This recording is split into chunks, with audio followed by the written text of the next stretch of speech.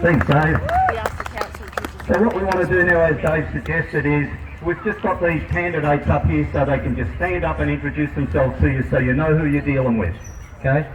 I'll do a bit of a speech and I won't ask them to sit here for all that time in the sun and just listen to me. They can listen from down in the shade. And then what I'll do is I'll call them up one at a time, okay? I'll call them up one at a time and they can give you what they need to tell you for their campaign speeches. That sound fine, guys? All right, so I'll just call them up as I have them on this list. Christy Nash from UAP. So that's Christy, okay? She'll be up here again in a few minutes or in a little while, okay? But when we've finished introducing the candidates, they can all go and sit down, yeah? All right, the next one I've got on it was Zach, but Zach doesn't seem to be here from One Nation. So I guess he'll be here in time for his speech, and he'll have to introduce himself there. Next one I've got is Tanya from the UAP. Welcome, Tanya, and welcome, Chrissy. I didn't say that, sorry. Okay, and then we've got Alona from IMOP. She's running for the Senate. A lot of us forget the Senate. The Senate's an absolutely critical part of our voting system, and it's an essential part of our system of government. And a lot of us tend to forget the Senate because it can get pretty complicated.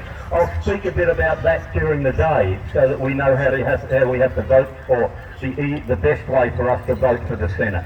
Thank you. We've got Jason Miles from the GAP. Welcome, Jason. Okay. And then we have Elise Cottam from GAP, and Elise is running for the Senate as well. I don't think I said, but did I say that Alona was running for the Senate? I did, I said that, yeah, okay. So we've got 3 Senate candidates here as well. So it's all important.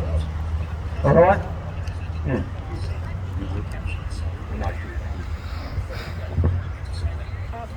Sorry, ladies and gentlemen, I should have done acknowledgement to country while I was doing the welcome. So I'd like to make that acknowledgement now. And the original person who was supposed to do this bit is not here, so we're sort of filling the gaps. So thanks very much for your patience. And I'll hand this back over to Harry now. Thanks, Dave. So I've said to the candidates they can go and sit down, but if they don't want to, they don't have to.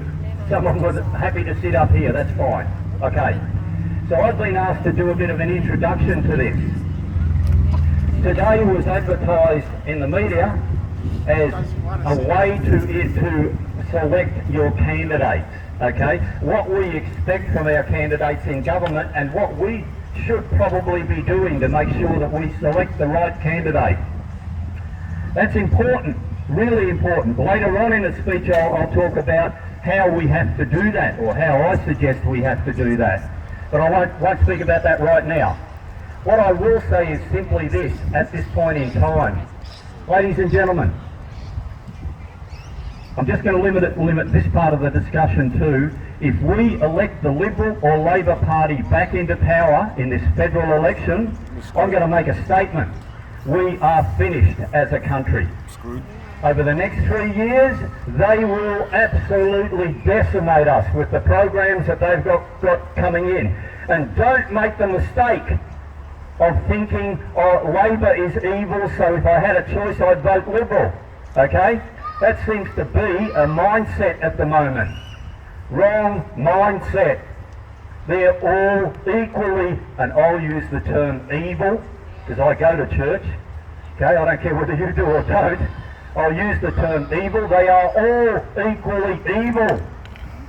Don't make the mistake of making this a Liberal or Labor issue. Well, that means, by definition, we need to get one of these minor parties in this seat. And I agree with that 100%. 100%. We need to get one of the minor parties in this electorate. Okay? That's absolutely crucial. I'll talk later about which one you may want to choose. I'm not going to get up here and tell you which minor party or independent. Okay? Seems that we don't have any independents, they're all parties, and that's fine. That's fine. I'm not going to suggest which one you should or shouldn't vote for. You make up your own mind. But I'll give you a bit of assistance with that later on to help you make up your mind. Okay? But that's the important thing. We need to understand this is not a Liberal-Labor debate. If you're already thinking that way, you're in the wrong place. Okay? As an example of that, I'll start on probably what my presentation was more about as an introduction to this. Remember, this is a voting day here. We're talking about how to vote to change our country. That's what we're here for today. Okay? I think the South Australian election is a really good indicator to us on what we need to be careful of. According to the media, now mind you, my opinion of the media is lower than pond scum. So I'll say that, okay, and you can register me as that. It's lower than pond scum. However, there are some things it says that we need to take attention to. Okay, and I only refer to what they claim were the figures in the South Australian election. And it's something like this. You can correct me if I'm wrong, but it's something like this. The Liberal Party was thrown out by a huge majority and the Labor Party got in. Very few of the minor parties got any mention at all, according to the media. Okay. Apparently, One Nation did increase their vote a little in that election. But that could be wrong. The long and the short of it is this: they spoke to the Liberal Party leader, the ousted Liberal Party leader, and this is the important thing that we need to understand. They spoke to the ousted Liberal Party leader. Good on you, boys. Tarzan? The Liberal Party leader said this. Well, I'm not telling you this. This is what he said. He said, we consider that we were probably removed from power in objection to what has been happening for the last 2 years, probably with the mandates and COVID and all that sort of thing. And in desperation, these were his words, in desperation people turned to the Labor Party because they wanted a change badly. Okay? We need to understand that the Australian public has a philosophy in their head of Liberal Labor. That's their philosophy. I've spoken to so many people over the last 2 or 3 months. See, I ran for Parliament twice myself. I'm not on this election. I ran as an independent. It was just way too hard. Okay, so I'm not standing this election. But I understand politics. I've studied the Constitution. When I spoke to senior party members, not of necessarily any of these parties here, asked them a simple question. Have you ever read the Constitution? You know what the answer was? Resoundingly. No. What are you talking about? These people were politicians and they hadn't even read the Constitution. I hope and pray every single person in these chairs here today has read the Constitution and values it. Because I do. I treasure it. I treasure our Constitution, and we all should. You hear a lot of rubbish from people, and it's unadulterated rubbish, that our Constitution's no longer valid. You'll hear that. That's trash. Okay? Don't be misled by that. The reason is, in 1901 our Constitution was validated. There's been 8 amendments to our Constitution in all that time. 8 amendments. And most of them were fairly minor, apart from one that I consider major. Okay? When the Constitution was written, the Aboriginal people had no say in Australia and no rights. Okay? That was part of the original Constitution. That was changed in, and I can't give you the date, I'm 70 years old, I forget dates. Someone can quote me. 67? There you go, thank you. They're obviously not 70 years old. Okay? In 1967, the Constitution was changed to make the Aboriginal people an equal part of Australia, just like everybody else. Okay? That's what I consider to be the only major change that's been made since the inception of the Constitution. Okay? Now, a lot of people will quote things like this. Remember, I've been doing this for 40 years. I've been doing politics and government for 40 years. And a lot of people will tell you things like, the Australia Act has changed everything. Crap. Okay, I'm a tradesman, by the way, so I use tradesman's terminology. Now, I'll try not to use all of my tradesman's terminology while I'm up here, but that's what I do, okay? So, a lot of people will tell you the Australia Act has negated the Constitution. Crap. Nothing can negate the Constitution. After 1901, nothing can negate the Constitution other than a referendum of the people. Nothing. Okay, I'll say that again. Nothing. There's mobs around now that tell us there's an England Act 1930 or whatever that's negated our Constitution. Crap. Okay? As of 1901, unless there was a referendum of the people, nothing has changed, apart from those 8 changes to the Constitution that were done via a referendum. So there's a lot of people walking around, even probably today, that will tell you the Constitution is no longer valid. Okay? That's a lie, and it's done to misinform you. Okay? Why is it important? Why do I focus so much on this Constitution? Because I love it and I treasure it. Because it's our system of government. Okay, you'll see a sign down there that says, government by cabinet is treason. I've been told not to say this, because it's a bit leading. I'll say it straight out. Government by cabinet is treason. Okay, because it's the willful removal of government from our constitutional government, from our system of government. What we have now today is we have a Prime Minister, whoever that may be. In 2 months' time it might be the Labor Party, and it might be Albanese. So I'm not picking on people here. What we have today is a Prime Minister and his Liberal Party that have thrown the Constitution out the door, because the Constitution says, and I'll quote it for you, the government is comprised of the upper house, the lower house, and the Crown. Now a lot of people go, oh, the Crown. Oh yeah, I don't want to know nothing about the Crown. Well, the truth of the matter is, folks, the Crown's got nothing to do with the running of our country. Okay? The Crown is only included in our Constitution from the perspective of, fundamentally, the Governor-General. Okay? He's the representative, or she, is the representative of the Crown. This background information I'm giving you right now is absolutely critical to how you analyse what these people sitting here are going to say. Absolutely critical. Okay? Otherwise they're just words. Okay? Well, I hear a lot of people saying, oh, we should throw our Constitution out and start again. Oh, really? Who are you going to give that job? Who are you going to give that job? A Republic, which sadly one of our minor party members is already spouting we should have and we do have. But I'm not going down there. Okay? So the truth of the matter is, the Governor-General has probably the most important role in this, because according to our Constitution, the Constitution says his or her position is the maintenance of the Constitution and the laws of the Commonwealth. That's the Governor-General's role. Okay? So whenever our upper and lower house present bills, okay, or legislation, it's the Governor-General's job to look at that, and if it infringes the Constitution, he sends it back. Okay, that's his job. Can't do this, it infringes the Constitution. There are also laws of the Commonwealth that a lot of our common law people, God bless them, are very heavily into. Okay? And that's things like habeas corpus, the Bill of Rights, and so many others. Magna Carta.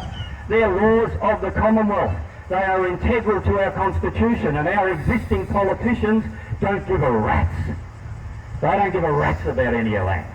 Neither does our Governor-General. He just does what the Prime Minister of the day tells him to do. Okay?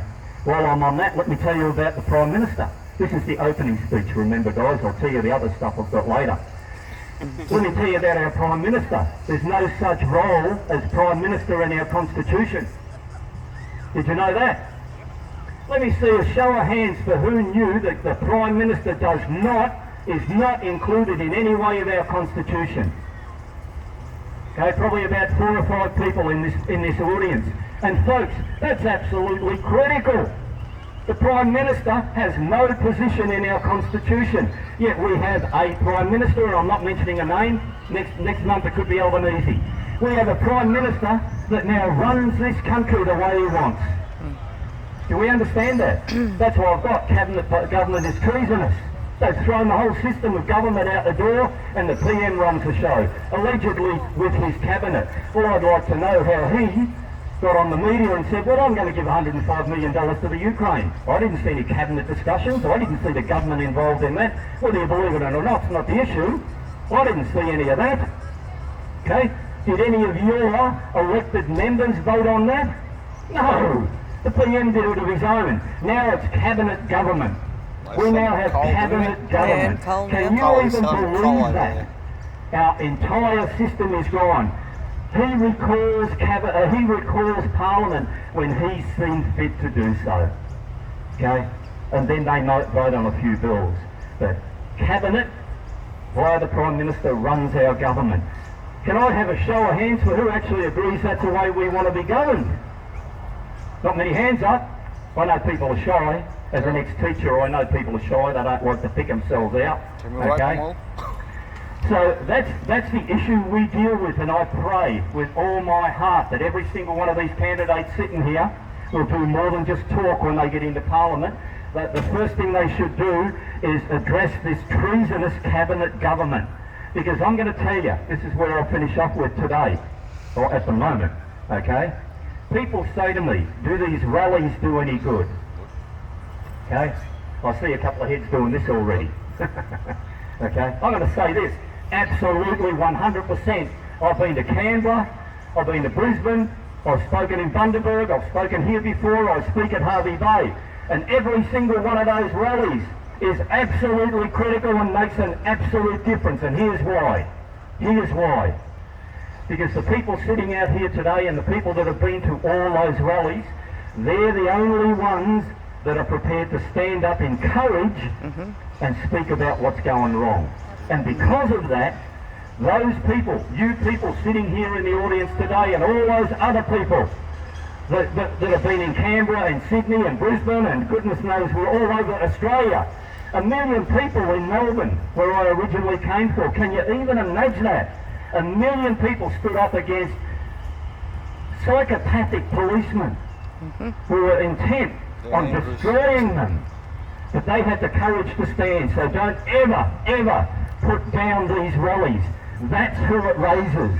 It raises those people that have got the courage to stand. Because those people will be the next group that will react after whatever happens after the election. Okay? If we didn't have rallies, we won't have anyone after the election. They'll all be sitting in their homes terrified.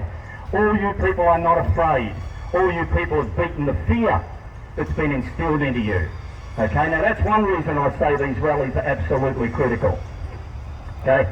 But the other reason is that it gives us the chance to talk to each other about things and understand things that we may not have understood before. Okay? Share ideas and stuff like that. They're critical. Okay? If you weren't here today, you probably wouldn't know. I only got 3 hands. That government by cabinet is treason. Probably wouldn't know that. Okay? I only got 3 hands raised up. Okay, and I'm not just telling you what my opinion is. I've told you what the Constitution says. Upper house, lower house, and the Crown. Well, we don't have that now. We just have a Prime Minister. Okay, so you've learned something, and I say that at all my rallies. Whenever I speak, I talk about this stuff, and I'm pretty sure probably the pollies don't like it. Okay, one more thing before I stand down for the moment. We're getting a lot of message. A lot of the minor parties are now starting to pick up what I want to talk about later. Put the sitting member last, and I'll talk about why that is. I won't talk about it now, okay? That message is being polluted by the minor parties to put the majors last.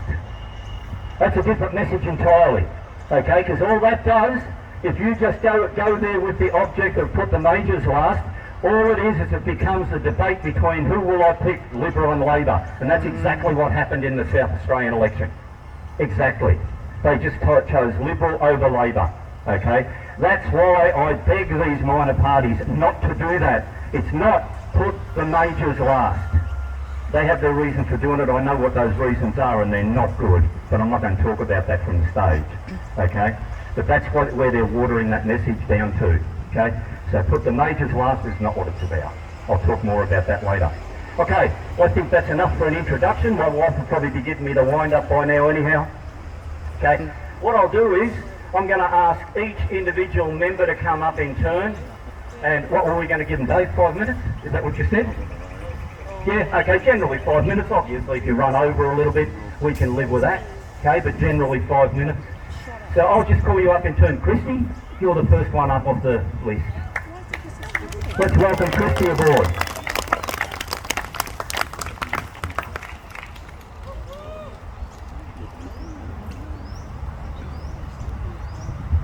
Thanks, Harry. Welcome, everybody. Hello, how are you? Good. That's good. Welcome. Hello. I want to welcome the Labor and Liberal stooges that are here too. We're fighting for you. Brother, Where are they? throw some So rocks. Harry said an interesting thing before about, what are we going to do about this cabinet? Well, I can tell you what we're going to do about it. We're going to abolish it. It has to go, and the UAP is going to hold those accountable. Yeah. So I'm standing for the seat of Hinkler. It's probably not the first time that you've met me. Thank you to all of my supporters here today. But somebody said to me the other day, where do you find the energy? Where do you get the energy from this? And what prepares you for it? And, they sort of suggested, Yeah, that's what I was meant to get. parenthood, or, Even just the running your own holder business, or for the working car? full time. And I can say it's all of those things, but the real work comes from when you see that there's something wrong, doesn't it? You can see the difference between right and wrong, and that's exactly where I get my energy from. And, I've given up 6 months of work to fight for our freedoms, for all of you, even the people that don't support us. We're fighting for you as well. Yeah, it's a small sacrifice to take, isn't it, or make? If, 6 months off work, unpaid, voluntary, 18 hours a day, to do this for the people, if we can save Australia, right? So, here we are. We've got a, brilliant team, or brilliant, freedom-friendly team of candidates for the Senate, for the House of Representatives and the Senate, rather, here to represent you, the community. But we can't do it without you, okay? We need to utilise all of you who are just as passionate and determined as us to spread the word and to talk to the community. We need to swing a lot of LNP and ALP voters over to our way of thinking, and that comes from having discussions. We can't just get to the ballot box on election day and put one of us as number one and, the LNP or ALP as number two. It's just not going to work that way. And if anybody hasn't had a look at how preferential voting works, I highly recommend. There's a video by Topher Field with the marble. Has everybody seen that one? Yeah, it's a really good video, and it helps to understand exactly how preferential voting works. Now, in the past, people have poo-pooed the idea of preferential voting, but this is actually what will get a minor party over the line this election day, won't it? So it's actually a good thing for us. So, you know that the UAP stands for, I'm sorry, I hope I'm not stealing too much of your stuff that you're going to talk about here, Tanya, but, we stand to abolish the National Cabinet, but we are also going to get rid of mandates. That's the first thing that we're going to do when we get into Parliament. Yeah, thank you. We want to see everybody back to work, and we will make it illegal to enforce mandates. So we are going to take those that still enforce mandates to court, and we all know Clive likes to take people to court. Yeah. So that's the first thing that we're going to do, and then we've also got to put something in place that prohibits the state premiers from doing whatever the hell they like or whatever the heck they like during a supposed state of emergency. So we will have to put legislation through that will prohibit them from doing that so that they can't run their own kingdoms, and that will help protect us moving forward. But we can't do it from the outside. We need to get in there, pull it all apart and basically put it all back together again. But I'm fighting for you all, and I look forward to answering a few questions that we have coming up, and I'll hand it over to somebody else. Thank you.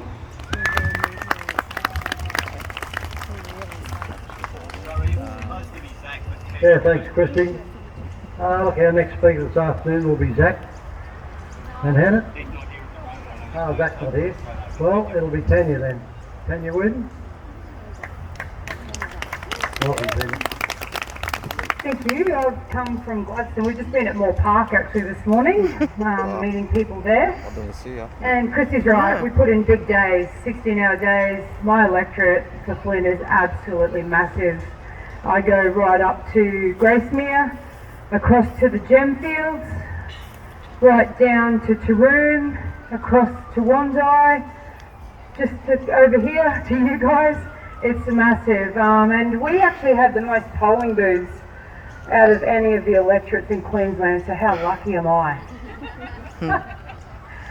So I'm 53 years old. I grew up in a little town called Thangool. My parents are farmers. My dad loves ScoMo. In fact, we had a chat about that yesterday. He didn't like it very much when I sent him the link about the sealed orders and who might be on that.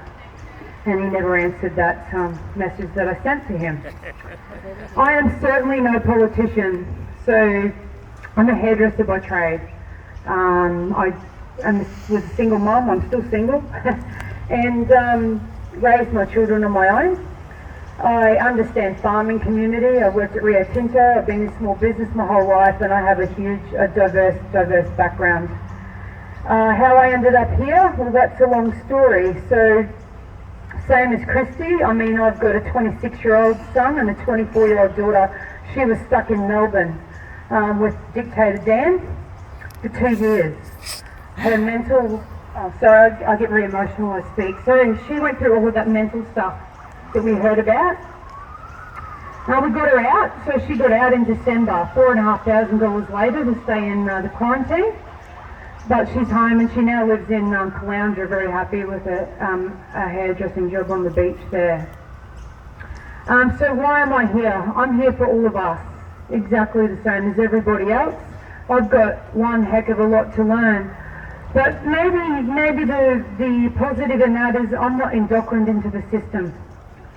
So, and I think we need more people like us. We all know the system is corrupt, and I, like everyone else, thinks that we need to infiltrate that system. It's the only way that we can try and change the system. So that's where I stand on all of that. I work for the Australian people, and I think the politicians of this country sadly have forgotten that. I will maintain my integrity. That's my promise to you. I am serving the people of Australia. Sorry, I don't ever write a speech, I just wing it. I speak from the heart, which is why quite often I have a little bit of a blubber while I'm up here. I would like to say that we are $1.4 trillion in debt. How exciting is that? We all know that, don't we? Do you know how long that's going to take to pay off? 250 years approximately. When I was in Mundubba the other day, there was this lady standing there and I was having a chat as I walk up around all the businesses, and I said, do you know we're $1.4 trillion in debt, and that's going to take 250 years to pay off? And they said, well, I don't care, I won't be here. I said, well, I care. I care about all of my fellow Australians, my children, my grandchildren that still aren't here, my great-great-grandchildren, and my family. My grandfather, both of them fought in the war. Why? What has happened to our beautiful country? It makes me so sad. And I'm fighting for you, for all of us. So thank you for inviting me today. I'm hoping to probably leave early actually, because we're going to be at Blackwater Markets at 7 a.m. And Gemfields, which I've been getting slammed from the nice Labor-friendly people. And that's a bit of an eye-opener too, just how nasty Australians have become. And it's very un-Australian, the dobbing, the nastiness, and I pray that we unite and we'll fight this. Thanks, Tanya. Yeah, it is sad how these mandates particularly have divided us as a community. I won't speak long, it's not my turn. It's sad. It's the reason, to be quite honest, that we came from Melbourne more than about 18 months ago. Okay? It was hard enough to deal with the oppression and the change in laws and rules, the illegal change in laws and rules, but it was people turning on each other because of this stuff in frustration. They were so scared they might get in trouble, they chose to dob their neighbours in. We had people, neighbours dobbing neighbours in because they had a visitor or something like that, you know. And in the end, that actually happened even in our own church. And in the end, I said to my wife, I can't live with this any longer. And we chose to come to Queensland. And I pray that never happens here. I thought Queensland, I hoped, because I didn't know much about Queensland. I hope Queenslanders were different, and I still hope and pray that we are. Okay? But yeah, it's the social differences. I was a chaplain, and I saw football clubs destroyed. Okay? Social organisations destroyed. People committing suicide. The suicide rate changed by about by about 200% during this time. I could go on with this for hours, but I won't. I'll introduce the next person, Alona Land from the IMOP. Welcome, Alona.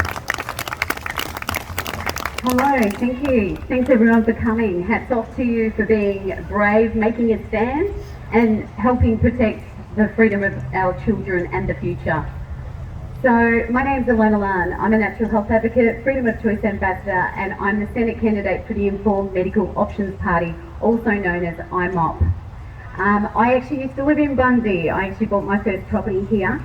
I also did the first screening of vax here in Bundaberg back in 2017-18, where we had about 20 or 30 people come, and where I met some of the people here today. And I guess my message to people is that this has been long happening. Mandates, discrimination, segregation, bullying, financial punishment has been happening a long time. And so I want to take you back to 2015 with the no jab, no pay and play policy, where children were segregated and discriminated because of no jab, no pay and play. So play, your unvaccinated children could not attend daycare and kindy. Here in Queensland, we're a little bit lucky because we were the first state to implement no jab, no play, where the kindies become the police of vaccination, and they could discriminate and segregate and say no to your child going to daycare and kindy. What an absolute disgrace. Who was behind that bill? The Social Services Minister at the time was Scott Morrison. He's done it before, and he's done it again. And what I saw way back then, I had a t-shirt made up back in 2017 and said, up next, mandatory vaccinations for all Australians, stand up now and unite. That was back in 2017, because the writing was on the wall. If they could do that to families, they could do it to anyone. The agenda by the pharmaceutical industries has been well known. Of course they want everyone drugged. Why wouldn't they? Is it about your health? Yeah. No. It's about money. And once people get their head around the fact that this is all about money, it's about control and greed and manipulation. And unfortunately, we're the pawns in this game. And we're the ones suffering. So back in 2020, after I'd come back March 2020 from travelling overseas, and what I saw over there was devastating. Vietnam, Thailand, Singapore. I went to Bali. What I saw already was poverty. They were already starving. And I went, oh my God, buckle up. Because the world is about to see something that they've never seen before. And it's tyrannical. It's draconian. And what is happening, we're all aware here, is a new world order. And how are we going to beat that? It's about the people. It is about the people uniting, making a stand. It's about everyone talking to everyone and getting up and doing their part. And as tough as that is, we've all got friends and family that have succumbed. We've all been in fear at some given time, although I can actually honestly say I haven't, because I come back to Australia and I went, whoa, buckle up for the ride. So I did. And I've been active since 2015, doing rallies, raising awareness, doing door-knocks. And I joined IMOP back in 2018, just before the 2019 federal election, because I looked around at all the political parties. There was no political party talking about vaccination and the poisoning of our people and the planet. There was none. And as far as I'm concerned, not only is the COVID vaccine dangerous and unethical, but when you do your research into the rest of the vaccination schedule, you also may be in for a rude awakening. So make sure you do your research, not just now, not just about this, because there's a much bigger picture of what's going on than right now. And so everyone has the responsibility to do their research and to make sure you know what's going on. Read Agenda 21, read Agenda 30, look at the Biosecurity Act. I read it back in 2015. I was mortified at the powers that the Australian government and the Chief Health Officer had back then. I did a flyer up back then, and I was distributing that flyer and nobody was listening. But here we are. And I'm grateful, because you know what we've got the opportunity to do right now? Is make a change. Make an amazing change. And unfortunately, they're sacrificing that. People are going to get injured, they're going to get hurt, people have lost jobs, families are being segregated. I was unable to be there in Victoria for the death of my mother. I mean, how dare they do that to us? Is that right? Is that ethical and moral? No, it's not. No, it's not. So we have a duty of care as people, okay, to make a stand, to make sure we talk to each other. And the reason I stood with IMOT is because they were the first party. We were the first pro-choice anti-mandate party way back when. We've been in it. We had 31 candidates at the last Queensland state election out of 93 electorates. I'm so goddamn proud. And those people, you know, Informed Medical Options Party, what, you know what? You know how much bullying some people here think they're going to get bullied? When you've got a political party name like this, man, you're like a sitting duck. So I had to get balls on top of balls and stand there and deal with what I endured. And do you know what? I love it. I love that journey because everyone's making me a stronger, better person. And those people in Parliament, look out. Look out when I get in there because I'm sick of it and I've had a gutful. Yes. So thank you everyone. Look up the website www.imoparty. Come over and see me at the tent. Thank you. Thank you. I think Alana just,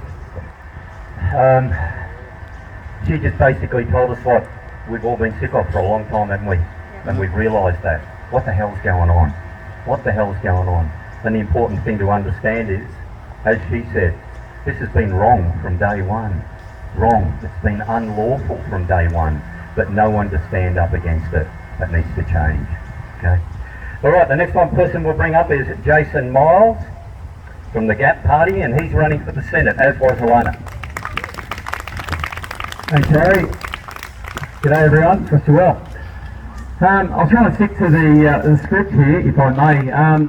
So, what am I doing this for? So, firstly, a bit about me. Born in Marrickville, Scottish mum, Italian father. Mum died last year in August, sadly, but the old man still lives in Italy, north of Venice. Petrified, doesn't leave his house, hasn't for 2 years. He's dying, he's not living, he's existing. I've had two stepfathers. One was a pedophile, convicted, went to jail, abusive guy, not a nice guy. So when people ask me about my position on pedophilia, I'll make it pretty clear. We have to protect every single human. And we also just not have to protect every single human, we have to actually change the environment that exists. And sadly in Australia, and those who listen to Bill Heffernan, and there's been a bunch of other people speak very, very passionately about this, it is at the highest level, sadly. Good news is we are seeing more and more of these rings break up, I guess, or being exposed and broken down. So why did I pick GAP, a Great Australian Party? Well, I came across, so for me personally, I haven't worked for 2 years. My beautiful wife up the back there has supported me whilst I've done this. And as Christy said, and I guess everyone up here may be feeling, you miss it, not only you miss out on 2 years' salary, but you actually miss out on a lot of time from the people you love. It takes a massive commitment for people to step into the political space. I knew nothing about politics till 13 months ago. Harry quoted stuff here about the Constitution, and I went, well, what is the Constitution 13 months ago? What is politics 13 months ago? Now, I've never informally voted. I've always voted correctly, because I didn't want to fine, to be honest, or I wanted to at least pretend that I made my vote count. But to be honest, I was one of the most sleepiest, apathetic Australians you'd ever want to meet. I sleep at the wheel. And it all kicked in when I started doing cancer research 4 years ago for someone very, very close and near and dear to me.